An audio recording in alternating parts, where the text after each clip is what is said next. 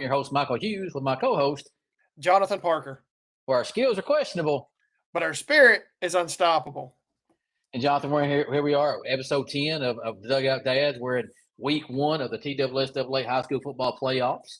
And unfortunately, Smith County goes down to Bledsoe and, has a 3.5 hour rain delay. In high school football, that's going to affect them quite a bit. And they lose that game. But then Gornsville, as we mentioned, the train's still rolling, right? York comes down to town and Gornsville hands them pretty easy. And now they got Oneida coming into the jungle this week.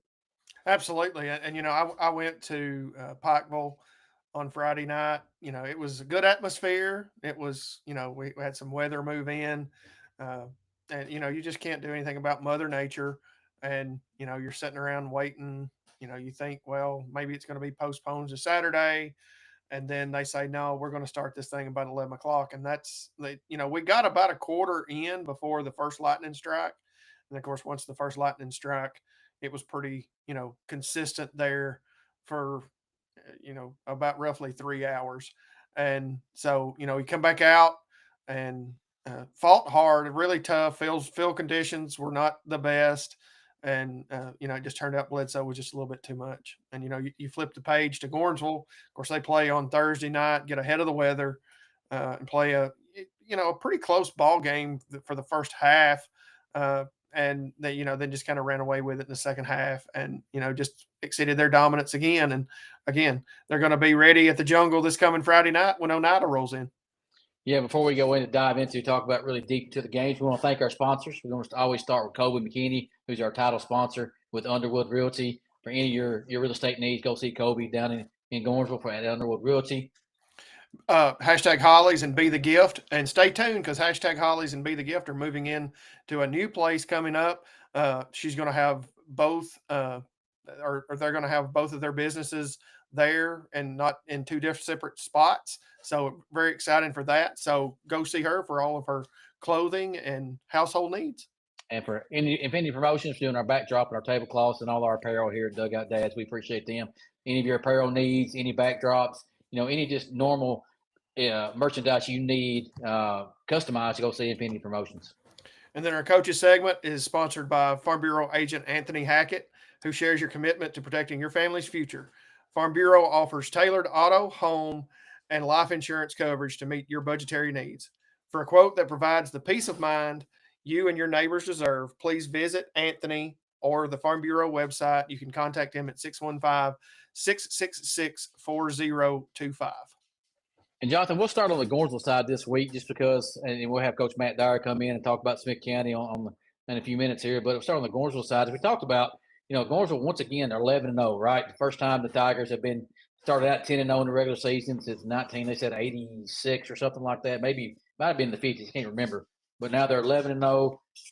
York comes to town, and you're right. It started out a pretty close ball game, and then you saw Gornsville, as they've done all year long in the second half, really take control and just take control of the game and end up winning 35-7. Absolutely. And, credit to the offensive and defensive line for Gornsville. It's been an MO all season, and that's what they're going to do. They're going to wear you down. They're going to play a relatively close ball game in most first halves, if you don't turn the ball over against them. And, they're just going to – it reminds me of what the Cowboys did back in the 90s. They wear on you, wear on you. And then finally in the third and fourth quarter, those holes are going to open up and you're going to bust some big runs. Yeah, and you look at it, I mean, the stat line is not that big of a difference, right? You look at Gornsville, who has 290 total offensive yards, and York has 222. You look at it, it looks to be more of a close game, right? Mm-hmm. But then you turn around and you look at turnovers. York has 6 fumbles on the night. They only lost 1. But, that's the drive stopping things there. You have 5 fumbles. Well, it stops the drive, right? So It probably helps Gornsville field position there in a couple of those drives. So your stat line may not look a lot different, but they end up winning by 28 points.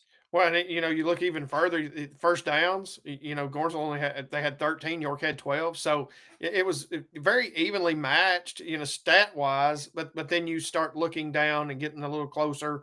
Look at Lee Skurlock, who had 150 plus yards rushing. Turner Booker has, another 50 plus, and it's that same. So same guys getting the same type yardage, and when one needs a breather, the other's going to come in and pick up 5-6 yards at a clip. So you look, you turn the page to this Friday night. So Oneida comes to town. Oneida, and I forget who maybe who knows who Oneida beat. They beat West Green. Yeah, so Oneida comes in, and I don't think their record really is really a lot, if I'm not mistaken, in that side. So you don't know really what talent you get coming from, the eastern part of the state there to come in down here to play Gornsville. It looks like to me, looking on paper, Gornsville's favored to win this game as well.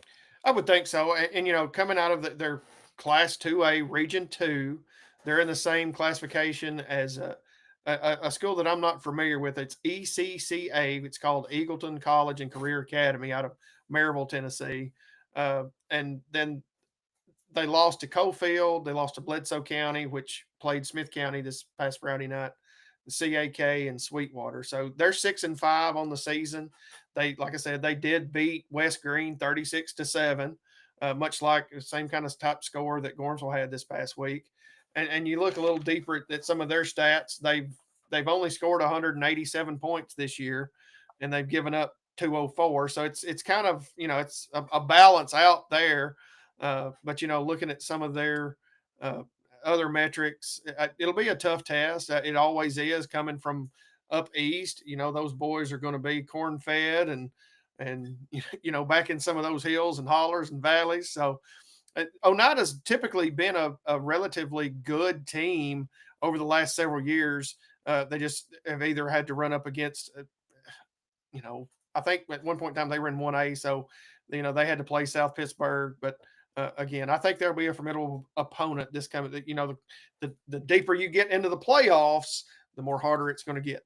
And you look at it here too, is Gornsville once again, they play at home, right? They're in the jungle once again. And I don't care what you say, home field advantage in the high school playoffs for the first two rounds is a tremendous, tremendous advantage for that home team. And credit to the TSSAA. I think, and I say credit to them because sometimes it's kind of it's 6 of one, half a dozen the other. But that second round game the last several years, it was kind of a week 11 matchup or a week 10 matchup that you were getting the second week of the playoffs, and they reshaped it this year. And now you're going to see some teams that you don't typically see. Oneida's coming down here to Gordonsville. I think in some of the other classifications, there was a team that was going to have to travel to Gatlinburg Pittman that was several hundred miles away. Yeah. And then, of course, if Smith County, had they won Friday, they were going to have to travel all the way to Happy Valley, which is about as far northeast as you can get to the Virginia line. So the second round, the TSSAA's kind of mixed it up a little bit. It's kind of confusing when you're in the second round that you're having to travel that far, but that's the way they wanted to see fit this year to do that. Yeah, and you're right. It makes a big difference where you don't have to look at somebody you've played already in the regular season in the second round. It kind of spreads that out where you don't see those guys probably to the fourth round. If you make it that far, it's probably where you start getting those familiar opponents again, if you both go that far, of course. Right. But rolling over into the Smith County side of the things, you have to listen on the radio. You actually went to Pikeville, so you was there in person. I've listened on the radio here, and it's a close ball game throughout the whole first half. You look at it; it's a really close ball game. In the first quarter, you play all the way up till 48 seconds, and you have a 3.5 hour delay. And then, sitting there and you're reading Facebook, and you're listen to the parents talk, and then you listen to the radio station. When it comes to that 3.5 hour delay, well, now you got to feed the kids. They got to get some food in them. Then it's kind of like starting over 3 times almost when you have a 3.5 hour delay, right? And then you don't want to use that as an excuse, but it's got to change what you're doing when you're actually playing in those real high profile games. Absolutely. And let's be honest, in the middle of Pikeville, you're not blessed with multiple restaurants that you can go pick up, some food to take and feed these kids. Yeah. But it was a good atmosphere. It was the first time I'd ever been there. They've got great facilities. I think they're going to have a hard time with Happy Valley coming up. But the field conditions, it was a close ball game. I loved our effort. I loved our hustle. Just a couple of mistakes here and there. We turned the ball over. We dropped a couple of key passes that would have extended drives, and we did drop a pass that might have been a touchdown. Again, it's that little things that Smith County has got to do in the coming years to flip the script. Yeah, and I look at you as you listen to it, and you listen on the radio, and you shot a picture of what's going on. It looked like Smith County really didn't have an answer for Bledsoe's running the ball up the middle. It looked like Bledsoe, they had 50 carries here for 278 yards, but you listen, they're getting 10, 11, 9 yards a carry, and it looked like Smith County really didn't have an answer defensively for those guys. And we'll talk to Coach Dyer about this more when he comes on here in a few minutes, but just listen to it. That's kind of what I picked up as the game went along. And it's been kind of the story for the Owls the whole season is that it's the middle that's been kind of weak at times, and that's where teams have exploited us. You saw numerous teams, and that's where they attacked us up the middle. There was a couple of times there was teams that get outside, but for the most part, for Smith County, we didn't have the horses in the barn to stop that or to make a couple of key plays. And again, you're exactly right. It was, and there's a couple of times Bledsoe County shot themselves in the foot. Yeah. But then it would be 2nd and 10, and then they'd hit a 12-yard run. So, Yeah. you'd get them behind the chains as we talk about, and then we'd give up an 8-10 yard play to help pick them right back up. And you look at what I listened on the radio because I had no idea going into it, but you look at Max Long, who comes in and plays the tailback position alongside of Caden Mason there because Dylan Raines goes down last week with a broken collarbone. And, Max had a few good runs. He had 55 yards rushing total on the night.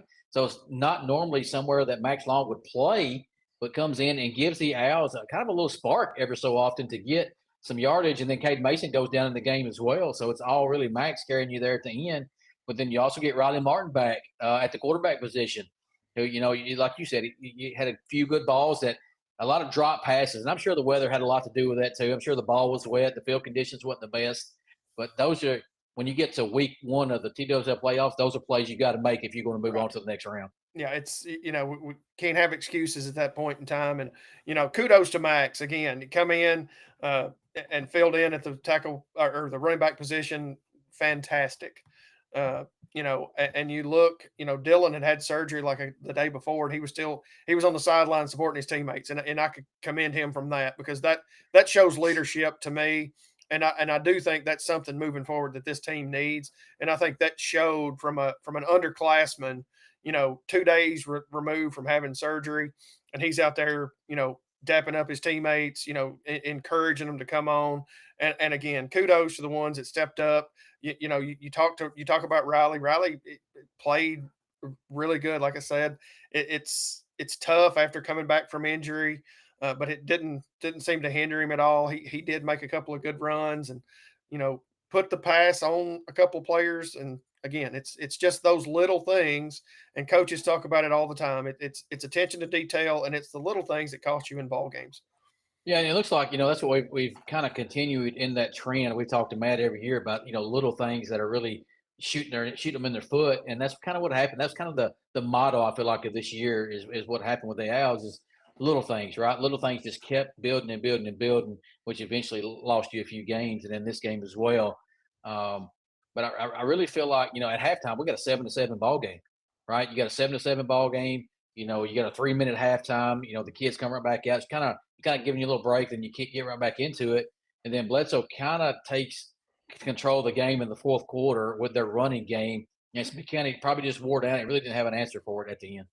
No, and you look, you talk about being 7-7 at half. I mean, it was 7-7 with relatively, about 8 minutes to go in the game. Yeah. And we turned the ball over right there, and then they hit a big run up the middle to make it 14-7. And then we have an opportunity. We're right there midfield, have a chance to hit a play, and probably makes it 14-14. And who knows? Ifs and buts were candies and nuts. We'd all have a Merry Christmas, right? Yeah. We're getting to that season. But again, congratulations to Matt and his coaching staff this season.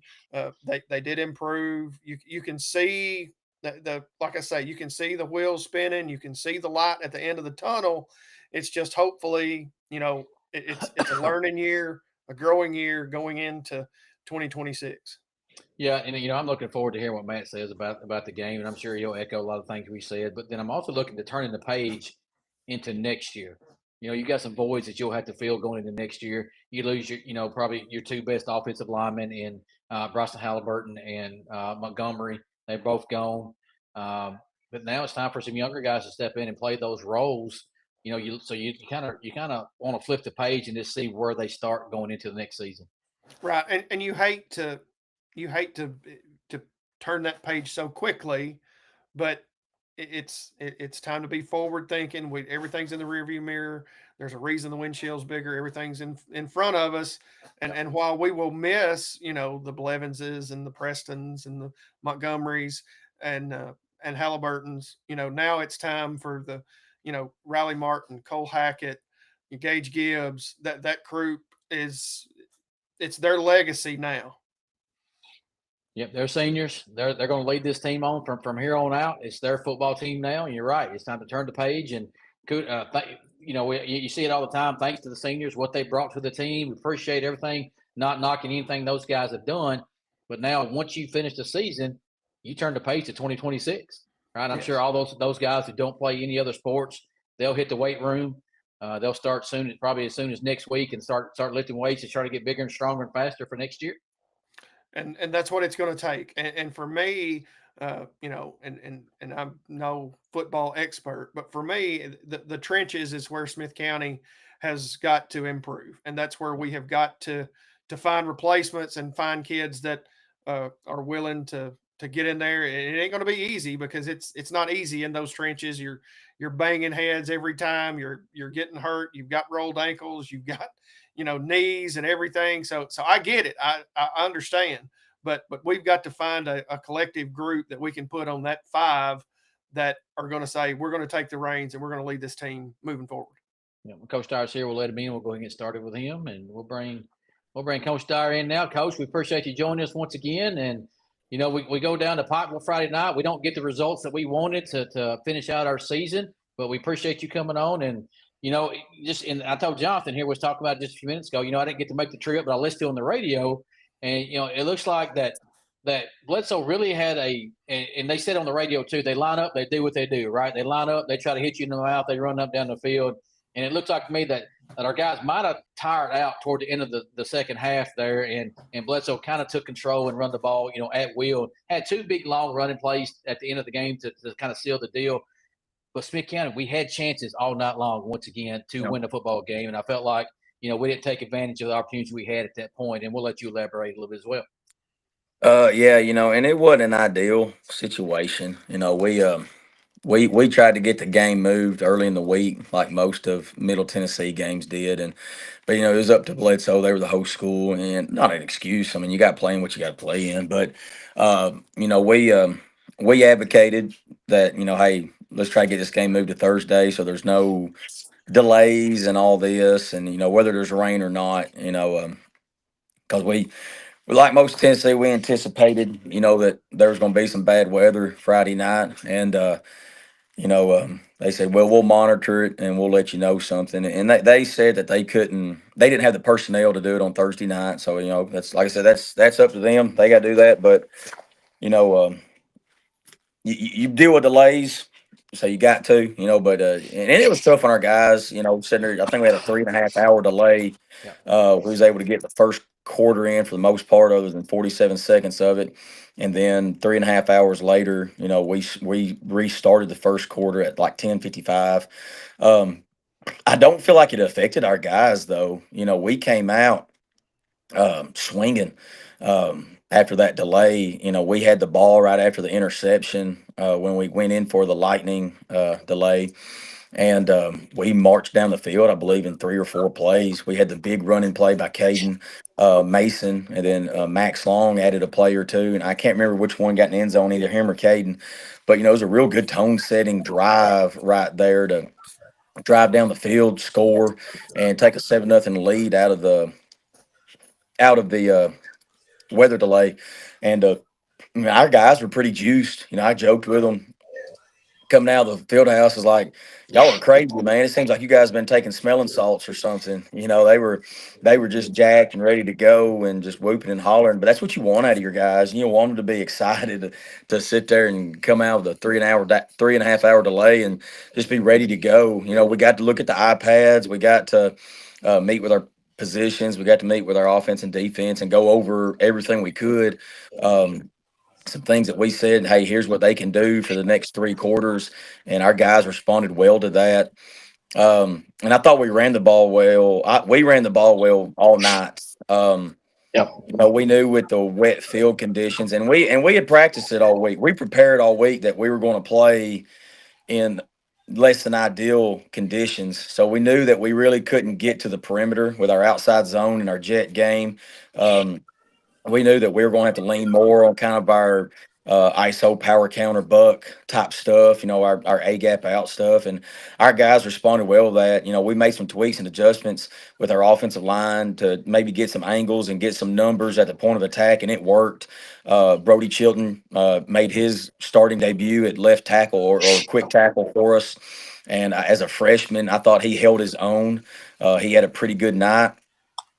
We kind of ran behind, our veteran offensive linemen, Ethan Montgomery and Eric Shaw. They were kind of if anyone noticed, which I know a lot of people probably didn't. We kind of swapped our offensive line around. We went more with a strong side and a quick side. We hadn't done that all year, and I think it really benefited us to do that. We ran mostly behind Montgomery and Shaw while we had Rustin Kemp and Brody Chilton kind of being our quick guys, like our pullers and, like that. But Max Long, he had a really good night as kind of a backup tailback or a complimentary tailback to Caden Mason with Dylan Raines being out with the broke collarbone.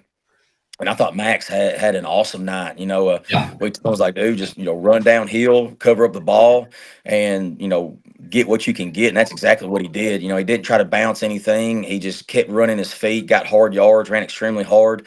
Then even defensively, he had a very good night at linebacker, considering he's only played that position half the season.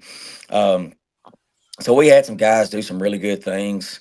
And then even offensively, when we got to go and we moved the ball well at times, but we just Mhm. stalled too many times after that scoring drive. We had the 2 fumbles.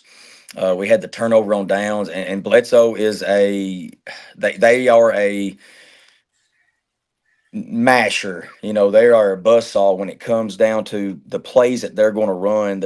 They're fine with running 12, 15 play drives and getting every single second off the clock.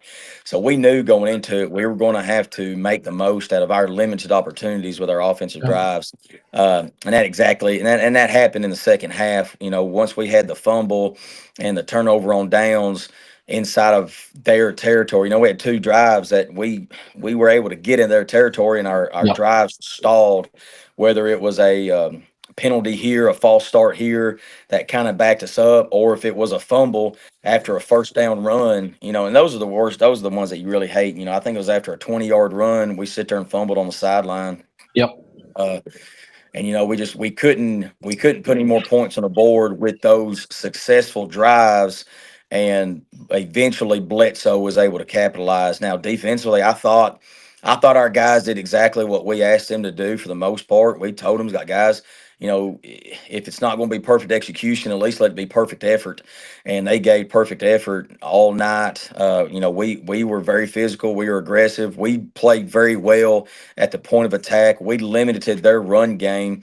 It was really their passing game that really helped them throughout the night, where they were able to hit those intermediate routes on the flats or on the out to pick up, because we got them in a lot of third and long situations. We got them in a lot of 3rd and 8s, 3rd and 10s, 3rd and 12s, to where they would complete that pass on 3rd down. And that's just, we got to get off the field, and that's been one of our issues all year, is that we couldn't get off the field on 3rd down when we would get guys backed up, and that's just a new set of downs.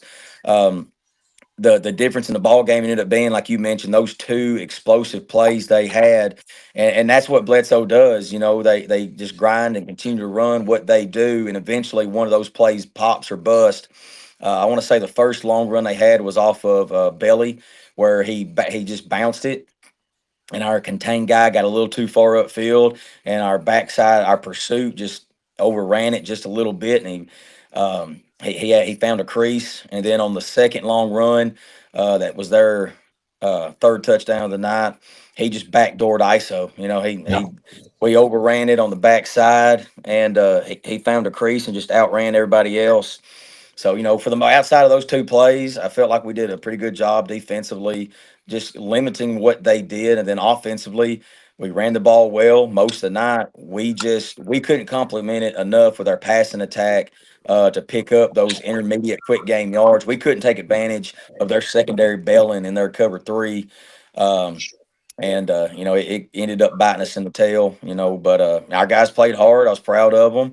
That was a hard environment to go and play in, especially with the weather delay and everything. But I was proud of the way our guys fought for 4 quarters.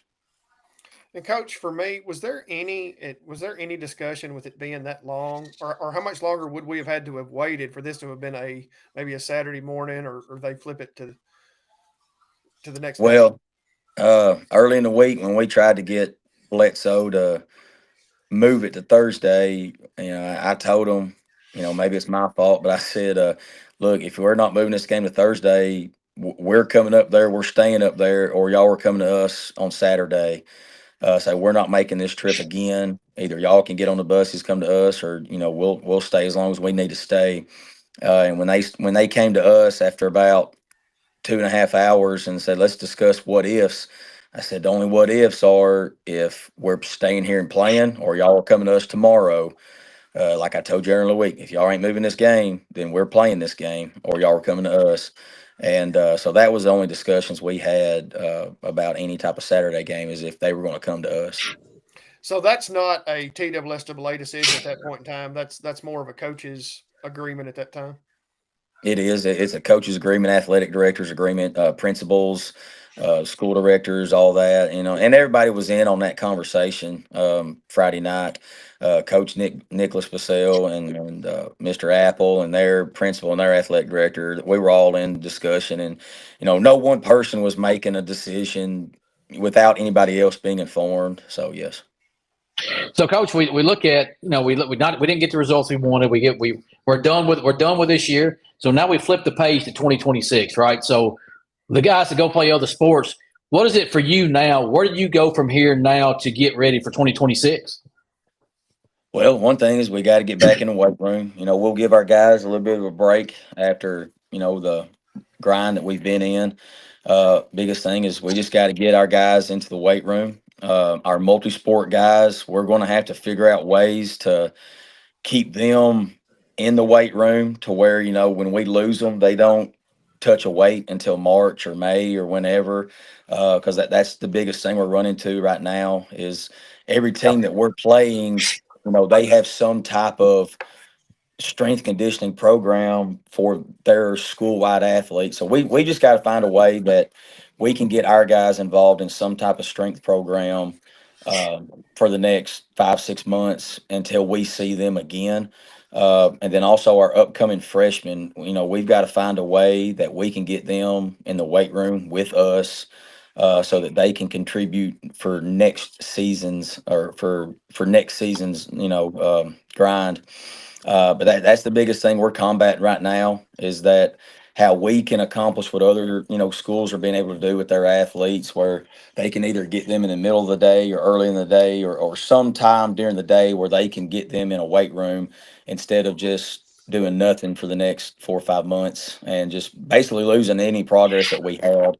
So that's our goal right now. That's our main goal. We got plenty of goals that we got to fix, with this year, but uh, hopefully we can get a little more bodies. We ended the season with about 41, 42 guys. So we're going to have to try to bolster the ranks, get more guys involved, get everybody in the weight room, not just those guys that are solely football guys, because we'll go into this off season with about 15 guys that are just football. We'll send guys to basketball. We'll send guys to baseball. We lose those seniors. So as far as just juniors, sophomores, current freshmen, sophomores, and juniors that are not multi-sport guys, we got about 15 or so. So getting those 15 involved, getting our upcoming freshmen, somehow how we can get them over here with us, and then somehow getting our multi-sport guys in some type of weight room setting is our main goal. And then after that, we just got to find some leadership among our players. Yeah. Whether we can rely on younger guys or older guys or 4-year guys, 1-year guys, it don't matter. We're going to have to find some leaders among our groups and just instill that in some of them to take a little bit of responsibility, to take some ownership and take a little pride in that position, that leader position, and just go from there. And coach, before we close the book on 2025, we got to give a shout out to our seniors and what has this 2025 class meant to not only Smith County High School but you as well. Biggest thing is they've had 2 rough years, especially when the 2 previous years they had as freshmen and sophomores, we were very successful. So that's hard to kind of uh, factor in. It's like they have 2 very successful years, 2 region championship years with guys that are older than them, so they know what it's like to win. They know what it takes, and then when they get the reins, they have those 2 subpar years or 2 less successful years. So now the underclassmen that are under these guys, they're going to have to get back to those kind of winning ways. So it's just tough, when you're used to winning like these groups were, and then they weren't able to capitalize on a lot of opportunities that they had. But still, not letting football seasons and football games like this define who they are, what they do, or what they're about. They gave effort, they tried, they played. You got to have winners, you got to have losers, Yeah. and it didn't go the way they wanted, and that's just how life works sometimes. You don't things don't always go the way you want, but they showed up every day, they worked hard, and that's what we ask for our guys is that hey, show up, do the work, do your job, because in life that's what you're going to have to do. You're going to have to be dependable. Not just in high school football, but when you go out into the world and you get a job, or you're an employee or an employer or a husband or a father or whatever, you're going to have to be dependable. There's going to be people that need to depend on you. And so this is just a great life lesson how to learn to remain dependable and continue to work and continue to grind no matter what obstacle or adversities comes in your path. Are you going to just quit, lay down, find an excuse, or are you going to find a way to persevere and you're going to find a way to be successful? And that's what we say all the time. Your greatest learning curve is from failure, not success. A lot of Yep. times when you're so successful for so long, you become complacent and you become entitled, and you don't want that. You want to continue to grow, you want to continue to develop, and failures a lot of times help that. So not just in football but in life. But these guys, they learned a hard lesson. Um, but they're just going to continue to grow, continue to develop, continue to do great things. I'm super proud of them and I love them. They're going to continue to sit there and be valuable members of their community and the school and everything like that. And the lessons that they taught, underclassmen and taught each other, those guys will take that into the next few years, and then they can start to teach guys under them. So, you got guys like Ethan Montgomery, Bryson Halliburton, Dylan Tomlinson, Landon Blevins, Joey Wright. Those guys, they learned a lot of great lessons and they passed on a few things. And I'm just proud of the effort that they gave us for the time that they were here. And hopefully we'll get the ball rolling again next year with this new group of seniors and the underclassmen with them. And Coach, you're right. So now we appreciate everything the seniors done for this team and this program while they've been here. But now it flips over, and now it's your Cole Hackett's, it's your Gage Gibbs's, it's your Lucas Cornwell, your Caden Masons. It's their team now, right? So now here's what we want to see, like you just said. Do they step up and be those leaders that this team needs to get us to where we want to be come in 2026? It is, and that's what we're telling my guys. It's on y'all. All we can do is prepare you. When it comes down to the execution part, and that's on you. when it comes to getting lined up, blocking and tackling, that's a decision you got to make when you get out there. We can prepare you, we can put you in a successful position. But the whole saying is you can lead a horse to water, but you can't make it drink. So, that's what this group's got to figure out. Are they going to step up and be a new group of leaders? Are they going to change, the dynamic? The definition of insanity is, doing the same thing over again and, expecting different results. Yep. So, it's going to be, what do you want to do? What do you want out of this next season? What do you want out of this program? It's not always, what can this program do for you, but what can you do for this program? And that's the approach that they're going to have to take. And, it's going to have to be more about servant leadership and not what can this team do for me, but what can I do for my team? And, just being able to serve those that you lead. And that's what we try to instill in our guys. So hopefully this group, they'll take that to heart. And, starting Monday, it'll be a new chapter for them, not where they have to wait. It's like, hey, you don't wait till next August to do it. It starts Yeah. now. Right. It starts Monday. When that senior group's gone, you're the next group up. So you've got to start doing that now. And a lot of these guys, they've had experience. Cole Hackett, he's started since he was a freshman. Riley has started since he was a freshman. A lot of these guys have started since their sophomore year. So they've got the experience. They know what it takes to win, and they know what it takes to lose. So, I mean, they understand what commitment looks like, to favor those results that they want. They know what it takes to win. They know what they've done, what it takes to lose. So, they're going to have to decide, all right, do we want to right this ship, or we're going to continue to do the same thing, expect different results? So, Yeah. We'll see how that turns out with those guys. And coach, for me, last spot for me, from last year to this year, I seen a lot of growth. I know it's not the results that we ultimately wanted, but this team from 2024's team to 2025's team, there was great strides. Again, I know it's not where we want to be, but again, I want to thank you from myself and Michael for always being open with us. Certainly appreciate you coming on with us, being here with us each and every week, regardless of the results. Certainly do that. And, good luck on the off season, and really looking forward to great things coming in 2026. Oh yeah, definitely. I mean, there was growth and development. I mean, Mhm. 2-9. I think we sat down, we talked about it. We sit there. It was a very young team last year, playing experienced teams, and we gave up. I want to say it was like 35 or more points in 6 ball games, I believe, on defense, and we didn't average, I think, but maybe 12 points a game. This year, we only gave up more than 30 points twice, I believe.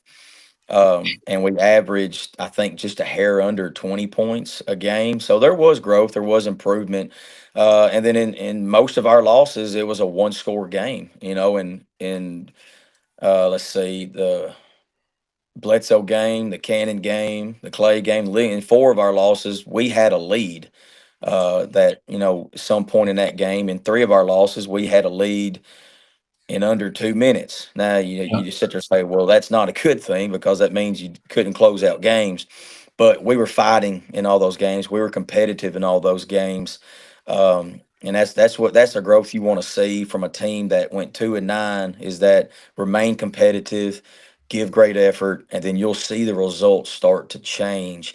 But at the same time, you can't always just focus on the end result. You got to focus on the process. Yeah. And when you focus on that process and try to get better through the process, that's when you really truly see success and growth. So that's what we'll continue to do, is worry more about the process and, less about the ultimate outcome. And we're flipping to 2026 and talk about the schedule just a little bit. We know the region schedule is set, right, for 3 years. Is that 3 years, I believe? It's set for 3 years? 2 years. All right, so now when it comes to the non-region games, are those different every year? You just find people to play, or do you set those for a 2-year schedule as well? They're also set in a 2-year cycle. So it's always a home and home that we've got in this 2-year cycle. So we'll play the same schedule that we've got. We'll just flip the home and away on each one. Okay. And as Jonathan said, Matt, we appreciate everything you do for our program. Appreciate everything you do for the community, Smith County High School, and those players that you get to coach and mentor. Not just a coach, right? we look at coaches and you think, oh, we're just coaches, but you're actually a mentor to these young men as well. Right? As you said, life lessons is what you're trying to teach these guys. So we appreciate everything that you do for the Smith County program and the community itself.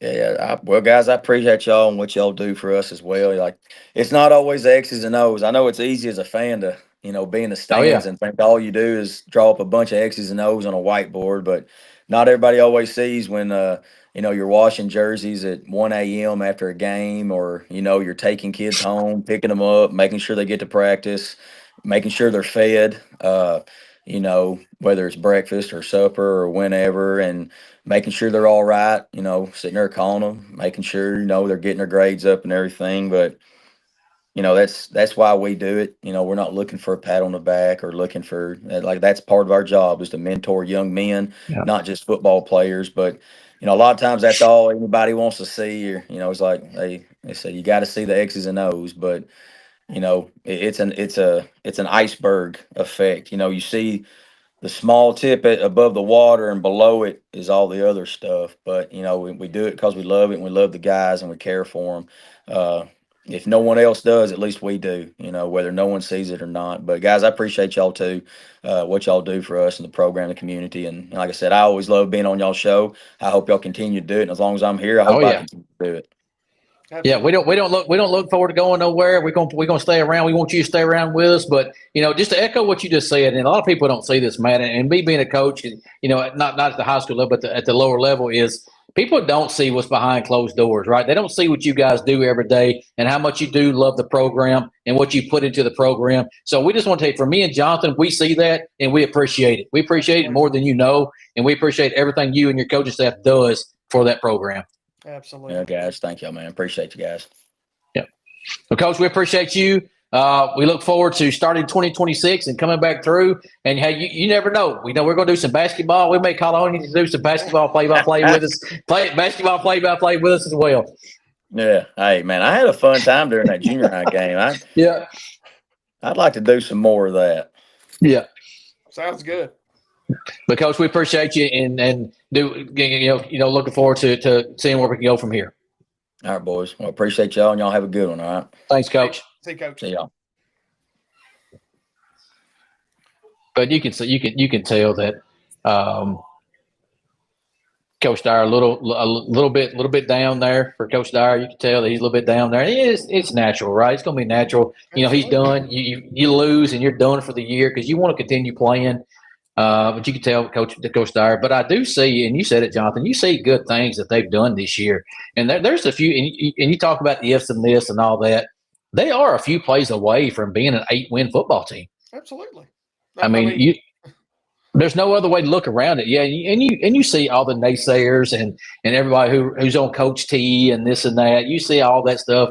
And I'm sure the coaches read that and they see that stuff, and it is kind of a hindrance to the program as well. And I'm not talking Smith County just in general. I'm talking about all high school programs, because he's right. You get the people in the stands that say, "Hey, they should do this, they should do that." Well, how about go talking to those coaching staff, because they do put a lot of time in. I know for a fact what these guys put in. And what time they put in. And it's got to be hard for Coach Dyer and his staff to hear the negative. But that's what you sign up for as well. Yes, you have to have the thick skin. You have to have the, stay off of social media. But at the end of the day, the noise is there, and they're not, they're not oblivious to the situation. Yeah. And while everybody wants to be a Monday morning quarterback, and look, I can be as critical as the next, and it's not the easiest thing in the world to do what these coaches do. I mean, Yeah. Even from our perspective, and what the little that we have coached at the junior high level, and the little league and everything, you hear noise constantly. And I can't imagine, of course, I kind of thought at one time I wanted to be a coach at the high school level. And, that's initially what I went to school for, and really thought long and hard about doing it. And, it ended up that I didn't have that opportunity. But it has to be difficult, because as well as I do, what they put into the program that Yeah. nobody sees. Nobody Yeah. sees the behind the scenes, like he was talking about, the cleaning the jerseys at 1 a.m., the sleepless nights, trying to come up with different ways or different lineups to figure things out, or just the worry of, are my kids going to get in trouble, or the simple things of, are they eating? I mean, that's the part that, while we all want to win, at the end of the day, it's what he said. There's somebody has to win, somebody has to lose. It's unfortunate, but we can't all be winners every time we go out. Yeah. Yeah, and you look at even Coach Jackson, who right now is 11-0 at Gornsville. There's naysayers. You hear naysayers everywhere you go, and that's part of the job you sign up for. But kudos to Matt. I'm sure he'll rebound. I'm sure he'll fix what he needs to fix, and they'll come back out 26 even stronger than they are this year. And it's just time for those younger guys to step up. It's time for those guys to step up and move on. But so we'll flip over and we'll talk about the college football just for a couple minutes here. And then actually, let me talk on this for just for a couple minutes. We're going to start our middle school basketball program, our coaches segment next week. So Jonathan and myself will have some middle school basketball coaches come on, and we'll start that process to get all the middle school basketball talked about. And then we'll look at high school. High school basketball is right around the corner. They're flipping it. They had a play day this past weekend for the boys and the girls. And then Gornsville will have theirs, and we'll try to get the basketball preview going, and then even do some live games for basketball as well, Jonathan. Yeah, I'm really excited about this basketball season coming up. I know it, football for Smith County side didn't end the way we wanted it to, but you look at the next couple of few sports we got coming up. We got the boys basketball and girls basketball should be really competitive this year. Have a lot of upside to look forward to, and I'm really excited to talk to these coaches about their upcoming season. Yeah, and you look at Gornsville. Gornsville's probably going to be pretty good in basketball once again as well. Once they get done with football, you don't know how far they go. If they make it out to the state championship, well then they won't have all their basketball team until then, right? But you look at Gornsville, and then you look at Terry Brock, who took over the Tigerettes last year and kind of turned them around from where they've lost a few games in the past few seasons, but turned them around. And I look for them to be even more competitive this year as well. And so do I. I think Gornsville lost a couple of bigs down low, but I still think they're going to have some scoring opportunities on the outside. And again, Coach Brock was super impressed with her last year. Yeah. So really excited to talk to her again and see where her program's headed as well. Yeah, and I look forward to talking to these middle school basketball coaches as well when we start bringing those on. And if you've never really went out and watched a middle school basketball game in this county, you should go out and take one up. Go take one. There's a lot of passion.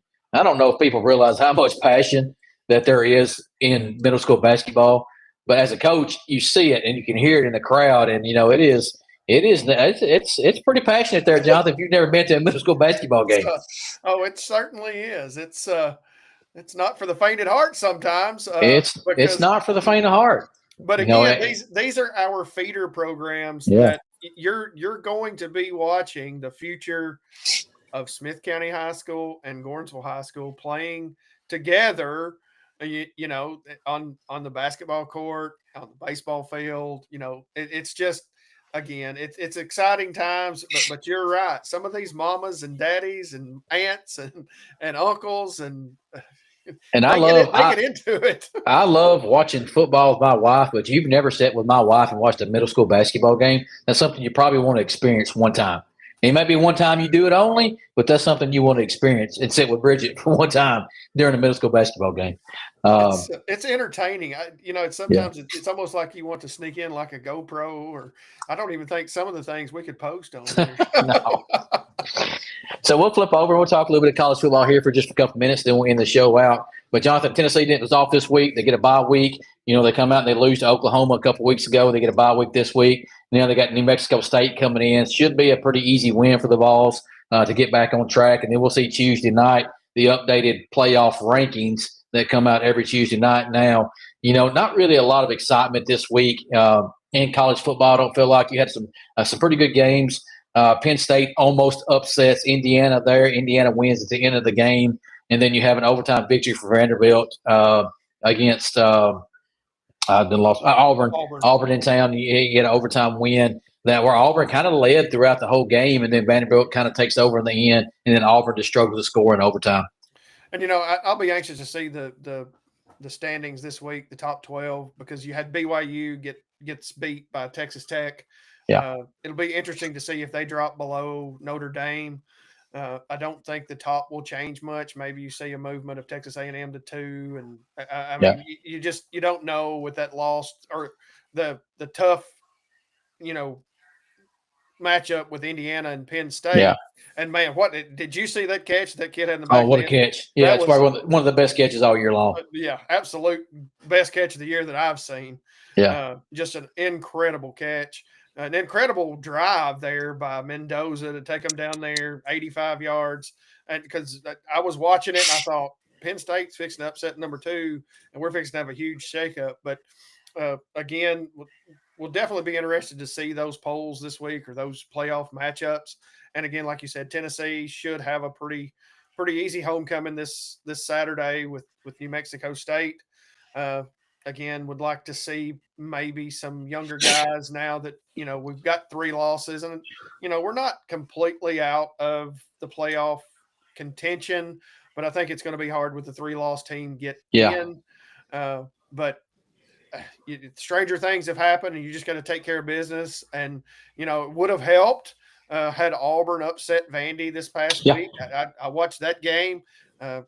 Auburn, who's pretty pedestrian on offense going into the game, puts up 38 points, has a chance late in the ball game to win, and get stuck kind of midfield and don't get in field goal range. And then again, Diego Pavia, Diego Mania, he did have one of his better games that I've watched. He had over 400 total yards of offense. So kudos to him. It's that train's still rolling at Vandy. And I think I heard yesterday that next week they play Kentucky next week. And I think they're searching for their first, is it 9? Let's see, it should be 9 win since 1915. Yeah. So again, you're talking about hundreds of years of. But you look at it too. If you look at it, Kentucky playing Kentucky kind of boat raced Florida this weekend, and Florida was kind of a trending up team, and then Kentucky gets boat raced. Boat races Florida this week, and you don't know what Kentucky now. You don't look because Mark Stoops is probably playing for his job, which I think he's out at the end of the year, but he's probably trying to get a resume for his next job. Well, and let's say he beats Vandy and then goes in and beats Louisville, which that's a huge rivalry there. Yeah. Again, it was very shocking to me after what Tennessee did to Kentucky to see what Kentucky did to Florida yesterday, which I fully believe that in 2 weeks Florida will look like the 0-2 Gators, and when we go down there and they're going to put up Mickey Mouse numbers against Tennessee. They always do. Yeah. So, and looking at talking about Kentucky, let's touch base on their next opponent. The 10-0 Tennessee Tech Golden Eagles go up to Kentucky. Yeah. So that's going to be a very interesting, very fun, you don't expect Tennessee Tech to go up there and win, but it's going to be interesting to see. Well, I'll mark it down right now that if Mark Stoops loses to Tennessee Tech, he don't have a job Monday. I wouldn't think so. So I'm going to put that out there. I'm going to put it out there. I'm going to spoil it for everybody. If Tennessee Tech beats Kentucky, Mark Stoops will not have a job come Monday. But you look at Tech; they're 10-0. They've got Kentucky and UT Martin, which UT Martin I think has only got 1 loss on the season, and that's kind of for that. That'll be for that championship there. But Tennessee Tech has a share of that OVC title, no matter what, against UT Martin. But they beat Eastern Illinois 21-9. You look at some of the other SEC schools. Georgia handled Mississippi State pretty easily. Unfortunately, I'm talking about another coach that I don't think's jobs is in jeopardy is the guy at MTSU. Derek Mason. Derek Mason. He's 1-8 this year, loses big to FIU. And then, of course, some of our local teams. Maryville gets beat by Berry College, which Berry's normally the team that you see that kind of wins that division. They beat Maryville 36-7. And then, of course, Cumberland loses to Lindsey Wilson 56-37. So Which are was a some tighter scores. game than the score showed there for Lindsey Wilson and Cumberland. It was a really tight ball game until the end of the game. Yes, it was. So, and you look at, we talk about coaches and college football coaches, but something that was the hype for 2 years in a row, and I think he's fixing to lose his job too, is Deion Sanders at Colorado. I think he lost another big game again this week and kind of got destroyed again. So I think Deion Sanders is no longer at Colorado after this year as well. It's a what have you done for me lately? I'm still interested. I think I seen where the Memphis coach is taking the Arkansas job. I'm really anxious to see which one of the big chips fall first. Yeah, and then I think you start seeing that domino effect. But again, who knows? I mean, you got Deion. You talk about Mark Stoops. Sarkisian at Texas talked about possibly coming to the NFL. If that's the case, if Texas were to happen to come open, you would have LSU, Texas, and Florida. And for me, Texas is the best job of those three, and I think LSU and Florida are great jobs. Now, I don't know that Sarkisian's leaving, but there's rumors there, and you hear all these kind of different things. And then you look, it's not a good time to be one of these teams. You look at what Norvell is doing at Florida State. They lose to Clemson yesterday. Yeah. And of course, we both have a very good friend who's a huge Florida State fan, and he wants them to lose out. So they may. Norvell's gone, yeah. But I've talked to him here recently, and we're talking about Danny Rose, by the way. And he said, I'm kind of okay with Norvell right now because it's not the time to be looking for a coach. And you talk about Derek Mason there, and, Bridget has a good post here, and I'll put it out here. Could Kevin Creasy be the next MTSU coach? Kevin Creasy, who's run a tremendous program in Murfreesboro, who's well known, could really be the next coach at MTSU. It's not out of the realm. Not out of the realm of possibilities at all. I mean, he's a great mind. He cut his teeth here at Trousdale County here locally. But what a story that would be if that were to happen. Again, he's at the highest level of classifications in the state of Tennessee. He's pretty much dominating at levels that we've not seen before. And again, kudos to him. They had another big win, and I think we'll match up.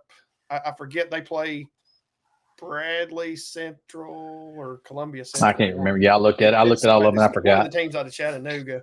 Yeah. But, their matchup with Riverdale is going to happen again. And Riverdale had them on the rocks in that second half of that game back a couple of weeks ago. But again, that would be wild but nothing would surprise me there. No. Well, Jonathan, episode 10 is done. Another week of high school football. This first round of the playoffs.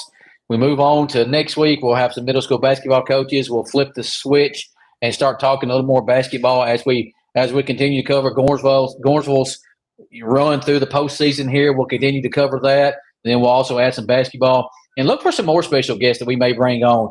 I'd love to bring on some Terry Collins and some Murphy Fairs and talk to them about stuff about the high school football season, and then flip over to basketball as well. Yeah, I'm very excited. Again, we're going to try to keep this going for the next few weeks before the Christmas break. So stay tuned. Stay tuned to our Facebook page. I posted out there about the semifinalists for Mr. Football.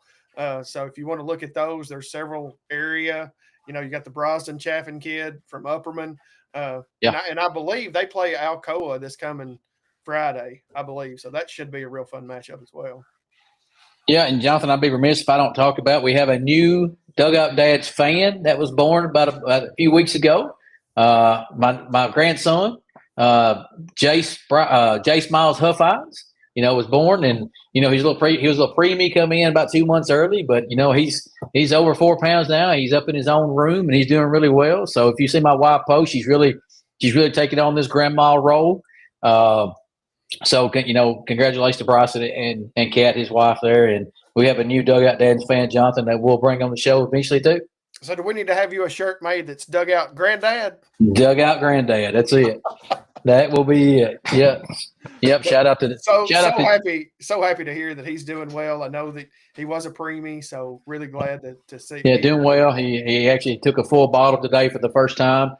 he's gained over 2 pounds. So, he's moving right along and doing well. So for everybody that's asked about him, I appreciate everybody that's asked about him. And if you need any updates, you can check out my wife's Facebook page because they'll be on there. So for the Dugout Dads, week 10, episode 10 here, where our skills are questionable, but our spirit is unstoppable.